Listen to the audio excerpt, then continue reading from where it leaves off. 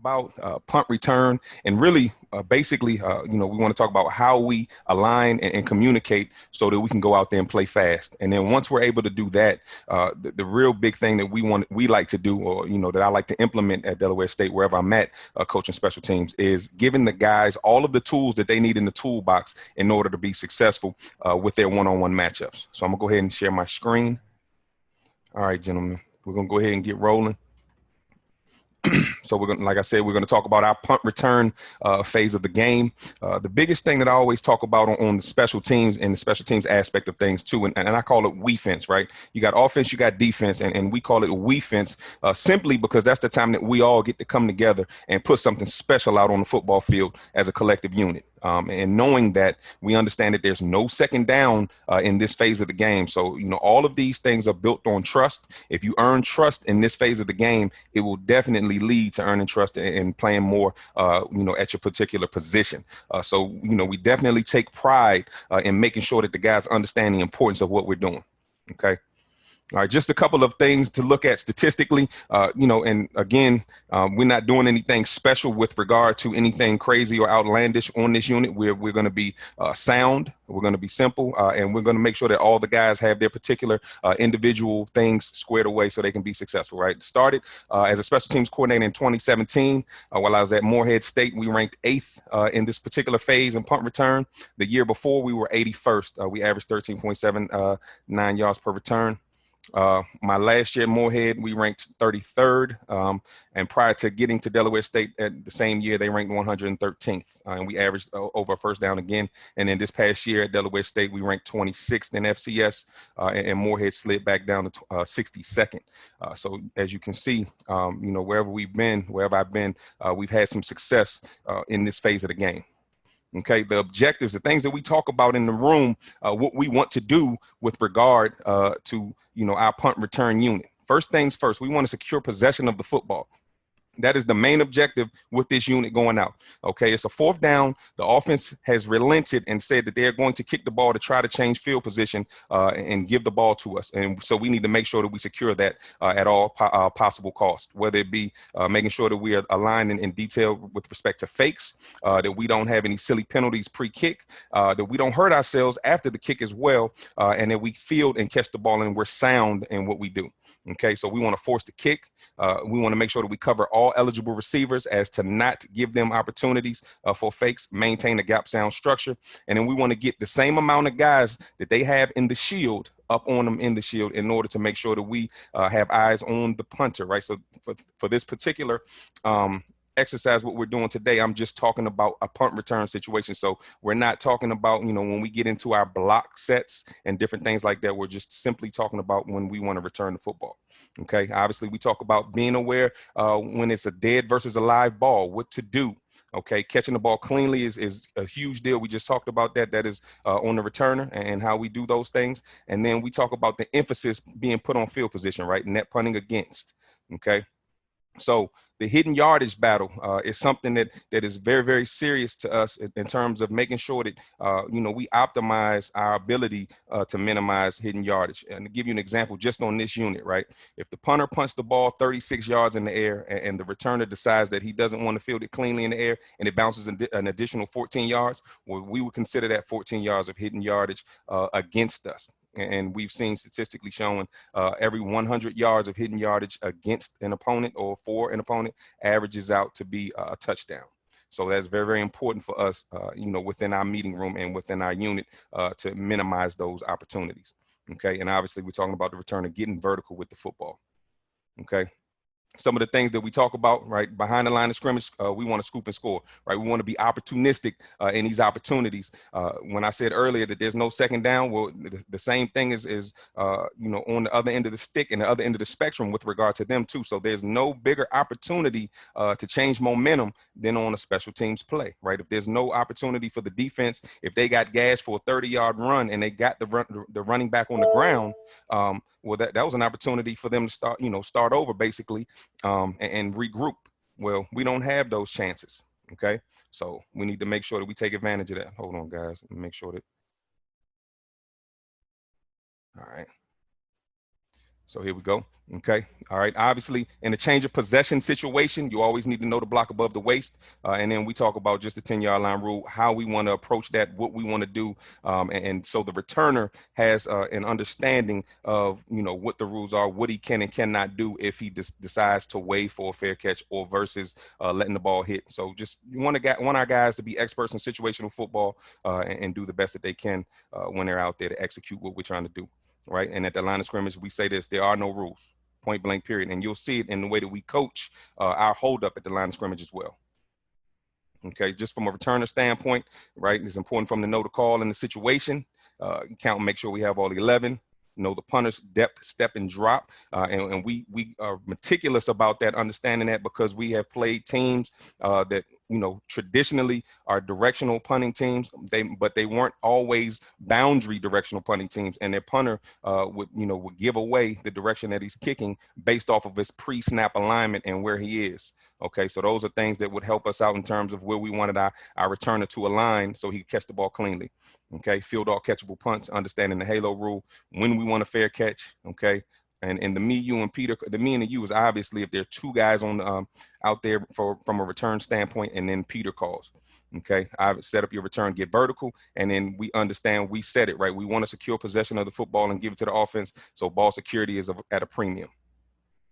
Okay, just very simple goals that we have for ourselves throughout the season, right? We see it: score and set up scores.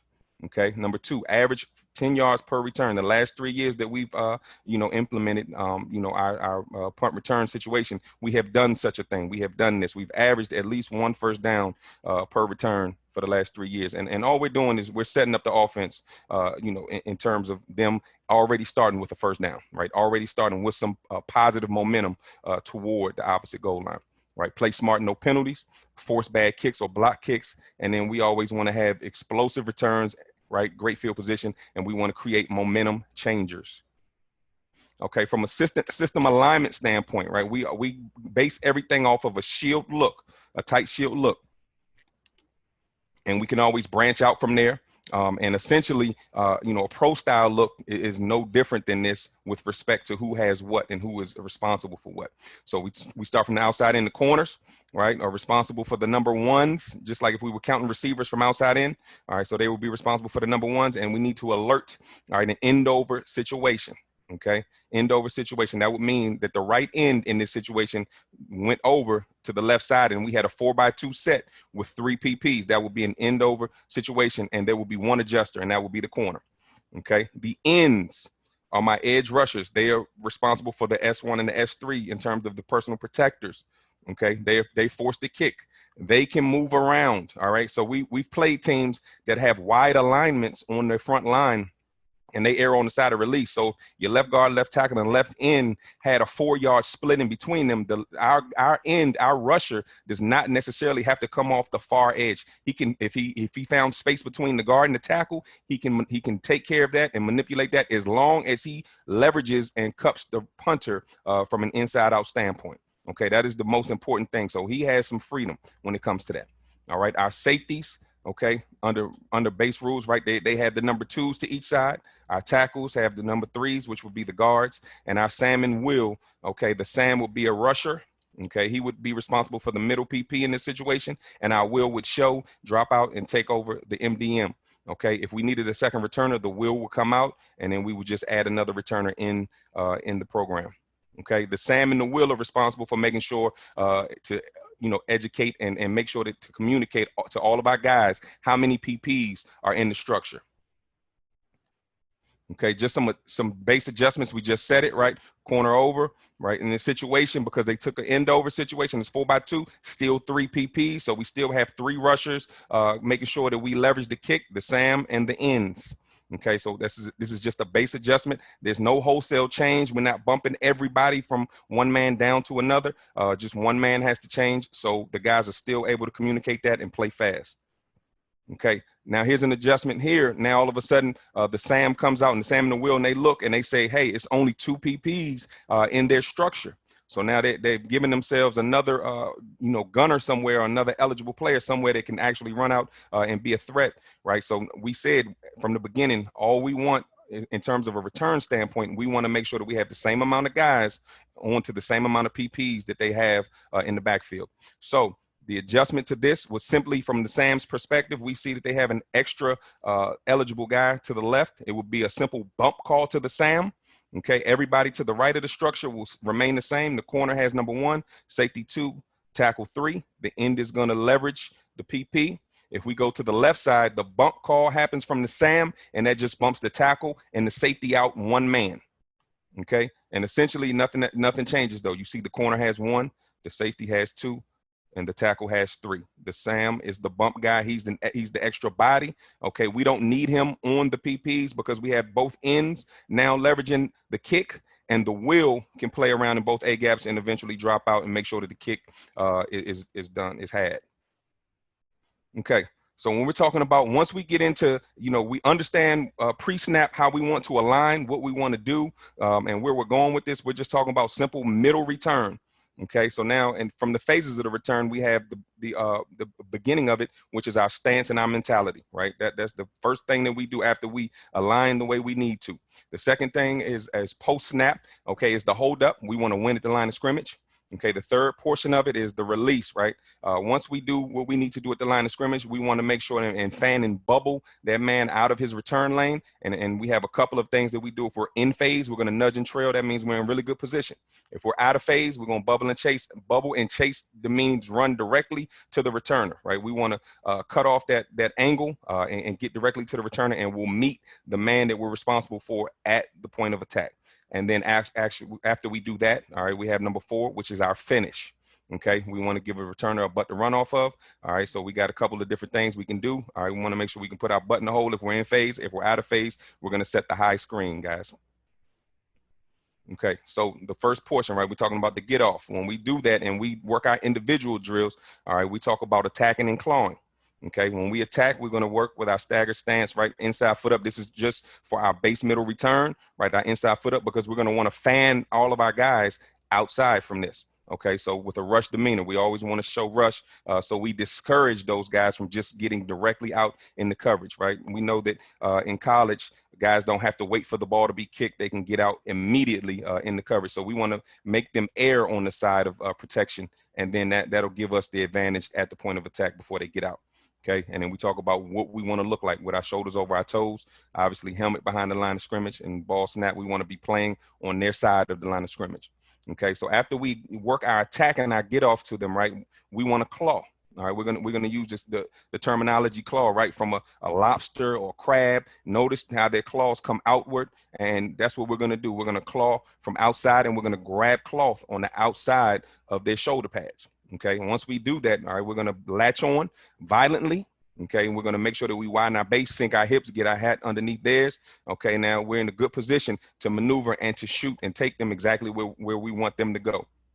One thing that I've learned too in doing drill work, and if you're doing it the proper way, at some point in time, they're going to take the path of least resistance. So that is our job at the line of scrimmage. It's not to hold them there all day long, but we want to do enough at the line of scrimmage to force them to go where we want them to go. Because if they decide, if they're continually trying to release the way that they want to, and they can't, and they decide and they can't get out, then they know when they watch film the next day that it's going to be a problem. So after a certain period of time, they're going to take the path of least resistance, which is normally the way that we want them to go anyway, because we're leveraging them to that direction in the first place. Okay. Once we do that, we talk about from the hold-up phase, we want to stab and widen. Once we did our job at the line of scrimmage with our attack and claw, we're going to stab and widen them. Okay, and all of these things, and I'll show once we finish, I have some drills that we can go through and look at in terms of how we work our individual sets, just so the guys get comfortable doing all of these things. Okay, but the stab and widen, okay, we're going to use with our inside hand. You see Lattimore's in good position right here. If we were using him as an example, he would be on a left guy in terms of our return, right, and trying to stab and widen Julio to that side to bubble him outside of his coverage lane. Okay, we want to displace the defender from the coverage lane and stay on the low hip in the trail position. And the reason why I showed the picture up top, the fencing picture, is because I want those guys to understand, how violent, and we really want to extend and lock that elbow out, right? We're not going to lunge, but we really want to extend and lock that thing out so we can steer them and take them where we want them to go. Okay. So in and out of phase. Once we take him where we want him to go and we bubble him, all right. Now we talk about being in two places, in and out of phase, right? And reason why we use this terminology because it's something that we use inside the receiver room as well as the defensive back room. So it's just some crossover terminology that we can take onto the field and guys understand quickly exactly what's going on. So when we talk about in phase, that means we're connected to the defender, and then we just want to nudge and trail. Really, we're gonna run with them and things like that. A lot of times you'll see, I think we got some film on it. Guys really just want to stay attached to that guy the whole time. If they don't, if you don't ever recognize or think about it, if you're doing that, you're only using one arm to run. He's using both arms to run downfield with speed. So sometimes you go from being in phase to out of phase just by trying to be overzealous and too physical during this release phase. If you're in this hip pocket, you're in good shape. All right, we have the tools that we need when we need them. So no need to continue to try to stay there and be over aggressive in that situation. And then being out of phase, that means we're not connected. That's like a receiver. I mean, a receiver, disconnecting from the DB, and it's a deep ball, and the DB trying to turn and locate the ball, and then the receiver continues to separate for a big play. Right. So if you beat that bad, you need to put your head down and you need to dig all the way to the point of attack. Okay. And then obviously the finish, right? We're talking about these things. If we're in phase, we call it sit and fit. And we have some of that on film, and I'll show it to you so we can kind of just talk about it at that point in time. And then obviously, if we're too far on top, if we find ourselves too far on top, and some of these defenders, and we teach that too. Hey, especially if the ball's going away, hey, take the back door and go behind the blocker since he's too far on top. Go butt side. All right. Well, we teach those guys. We teach our guys to speed, turn, and flatten in that situation too. So if you find yourself too high on the guy that you're blocking and he goes behind you, put your foot in the ground, speed, turn, locate him, and just flatten him across the formation at that point in time, and then give, again, at the end of the day, the returner a butt to run off of, right? And if we're out of phase, we're not connected, we're going to work, and then we're going to set the high screen. Okay, so we got some film here. Any questions so far, guys, before we get to any of the film? Okay, perfect. All right, so what we have right here, and these guys are just learning it too. This right here is the stab and widen portion. Okay, so we got the guys latched on, with a good base. Hat should be below, and the Rydell sign should be on the chin of the guy that they're blocking. And each guy is pretending that we're running, a white middle, which is our middle return. So 53 should be fanning his guy left, 72 should be fanning his guy right. And once we do that, we should just see a lockout and really get into the hip pocket. You'll see some of these things, and there's some good and there's some bad. And the reason why I put that on there, because, we're always going to see that, right? So we just got to know once we see it, how we're going to coach the guys through it and get them better. So you see 53 right there. Oh, excuse me. Right. Not prepared. Right. Not being strong and sturdy with his hand placement. 72 does a good job initially with his hand placement. Has a good job right with his lateral movement and mobility. Okay, so once he widens him here, now 72 does a good job. I expect him to go ahead and use that left arm and really stab and shoot that thing out. Once he's displaced him, go ahead and be violent, shoot it out, and get on into his hip pocket. Right. This is one of those things about being too aggressive and letting it stay there, right? It's not violent enough. One, good placement, not violent enough. One, right? Shoot it out there. And then at this point in time, drop that left arm and let's go ahead and nudge and get into his hip pocket and let's run, right? We find ourselves being in phase to the right to being out of phase because we continue to keep our left arm attached to the guy that we're blocking. Okay, so that's something that that's important that we coach on, so those guys don't stay attached at that point in time. Let's go ahead and get going and run. All right. If we're looking to the left, we already have bad footwork, right? And we already know once you start crossing your feet over, you lose your base. You're able to get thrown around any direction that the opposing defender or whoever decides that they want to throw you to. So now he has lost leverage. He's lost his base. He obviously reclaimed it. And you notice, right, the guy, whoever's on the opposite side, and we evaluate them too, is obviously not violent enough with his hand placement and doing what he's supposed to do. He wasn't able to get the man's hands off of him. So 36 was able to recoup and get a base where he wanted it to be. All right, at this point in time, shoot, get in your hip, and go. All right.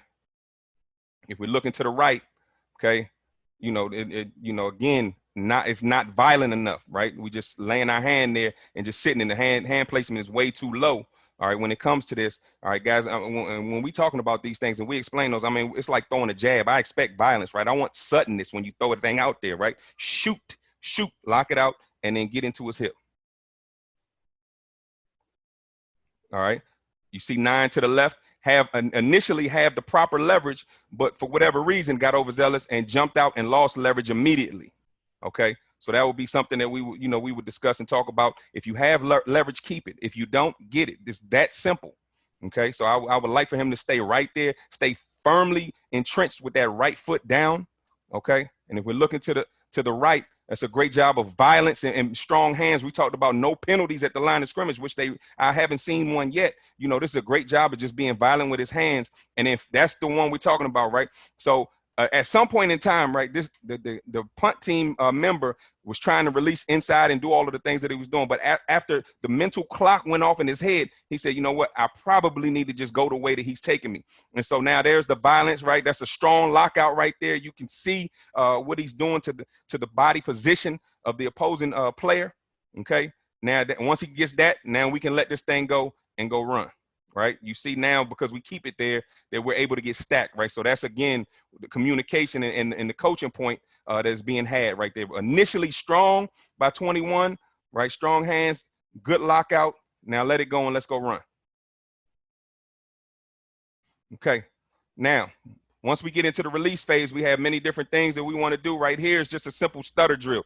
DBs do it all the time, and it's just working on being able to run, track, and when the guy that we're supposed to block sinks his hips, we want to be in position to sit and fit when we're in phase on them. So we just work it. We're running. We shouldn't be attached right there, hand hanging on it. But we give them within 15 yards to basically break down whenever they want to, and all we do is just run and track hips, run and track hips, run and track hips.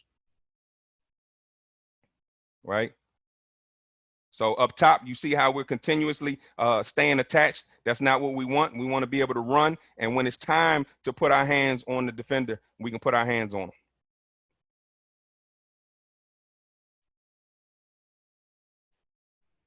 All right. And again, everything that we do, we're evaluating on both sides of it, right? So not only are we looking at the guys that could potentially be on our punt return team, but I want to see who is working their tail off, giving a great look when it comes to being on the other side of it and getting better. Okay, so here's the portion, once we get to that situation at the finish, right? We talked about the sit and fit. This is our sit and fit drill. All right, so we're tracking it. Once we get to the point of attack and we see a breakdown, the first hand that we're going to have is going to be our near hand. We're going to use it to pop the hip. Once we pop the hip, we're going to shoot our far hand that's away from the defender to his opposite number with violence, bang, and run him out. All right, so the first hand is on the hip. We want to displace that hip. We want to throw them off balance, pop the hip, bang, and be violent with the far hand, shoot it, and run them by. Right? So if we're looking to the left, right, 5 doesn't need to lean body-wise into him. All he needs to do is just throw that hand on the hip so he can shoot the left hand to the far 1. Right? That's all we need. Hand, hip, throw the hook. Right? If we're looking to the right, way too soon. Way too soon. We're out of phase. Now we're not connected to that player. That's going to be a block in the back. We're out of phase right here. So we want to make sure that we get in phase, pop the hip, and then throw our hand to the opposite number to get us back in position to get our hat across. All right, so that's a good hip pop right here to the left by 47. Bang, you see what it does, a 39's hip in his body right there. Bang. Now I just want to see him get that left hand all the way to the 3, all right, to get it all the way across his body, and that'll allow his head to clear as well, so we clear ourselves of any blocks in the back. All right, so this was just an example of one. We're just trying to little competition situation in terms of getting to the cone, sit and fit, and then use the tools that we've taught our guys on the punt team in order to get on top of this guy, throw him by, whatever the case may be, to get to the cone. But it was a great job. I just wanted to show this here because I didn't put the retrace portion of it, and understanding that, hey guys, at some point in time, these guys, if they're getting deeper than the return man, they're going to have to track back to the returner. So this is kind of encompasses everything in this one-on-one situation. So he does a good job of sitting down. All right, hand placement, boom. He has a great job right here. He does a great job right here of sitting his butt down and retracing and retracing, getting hands back into the body of the defender, and he just tracks back. And again, he continues to keep his butt between the man and the returner. So he gives the returner a butt to run off of in the middle situation. All right, so now we're talking about we too high on the guy that we're supposed to block. So this is our speed, turn, and flatten situation. If you're looking to the right, all right, our guy, he's a receiver. Okay, so not necessarily understand it's the first time he did it. Okay, we demonstrated it, but it didn't necessarily register. So you see, once he gets to the top side, he wants to put his foot in the ground and then try to retrace that way. He gets his hips locked, and now all of a sudden he's beat, and the defender is able to get on top and clear him. Okay, so we put this on here just so the guys understand what it looks like, why we want to speed turn, and where we're trying to meet the defender out, and then where we're trying to meet the defender out at, and then flatten them across the formation. So we see it, right? Bang, speed turn, and then get your hands, locate, flatten them out. Bang, does a good job, obviously, at DB. So he does a really good job, obviously, not necessarily forcing himself to flatten this guy out, but he finds a way to retrace and get his butt in between the returner and the defender. Okay, so the last thing at the finish that we talk about, if we're not in phase, and if you notice that now our punt return guy is not attached to the defender, so we put a cone down here just working on setting our high screen.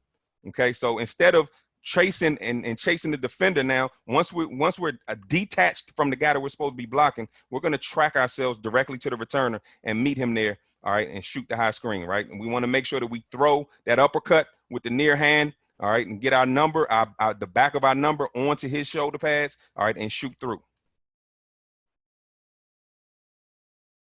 Okay, so this is an example, right, of trying to throw it too soon. Okay, get there, throw it at the last possible minute, but he does a great job of clearing his hips through at the last minute as well. So this is an example, right? We started out away, right, and detached from the defender, out of phase, but we find ourselves getting back in phase before we get to the returner. So this was a good coachable moment to teach our guy, because we talked about what we do in phase. We sit and fit. So if he's back in phase, instead of just throwing the high screen too soon, right? Let's go ahead and sit and fit this guy right here. Pop his hip, and run him by. Okay, so that's something that we can talk about, right? That's why we put that on there. Okay, another example, being out of phase. It's a good job right there, shooting and clearing and getting the hip through, getting the back of the jersey onto those shoulder pads, right? So those are some of the drills. And just finally, guys, I just firmly believe in, if we're going to have a situation that we go through within the course of a game or through a course of a season, we're going to rep it. Whether we do it, just so we make sure that the guys have awareness of it. It's not necessarily anything crazy, but this is just a Peter drill. All right, so we have two returners, one on the far side and one on the near side. We got two coaches throwing balls, bad balls. We just got guys running down in lanes of three. All right, the returners are just running toward the football, pointing, yelling, Peter, Peter, Peter. All right, the guy's responsibility once that happens is to peel off and get to the near sideline. All right, so we just rep this a couple times during camp, just to continue to create awareness of it and understand the process and what it looks like. Okay, so that's what we do, guys, and it's been good for us. It's nothing crazy, but all we do is we want to make sure that we rep and give the guys everything that they need in the toolbox, so they never feel like they're out of position. They never feel like they're unprepared to go out there and execute their individual assignment. Okay, that's my information, guys. I'm going to share it in the group as well. Just want to make sure that you have it.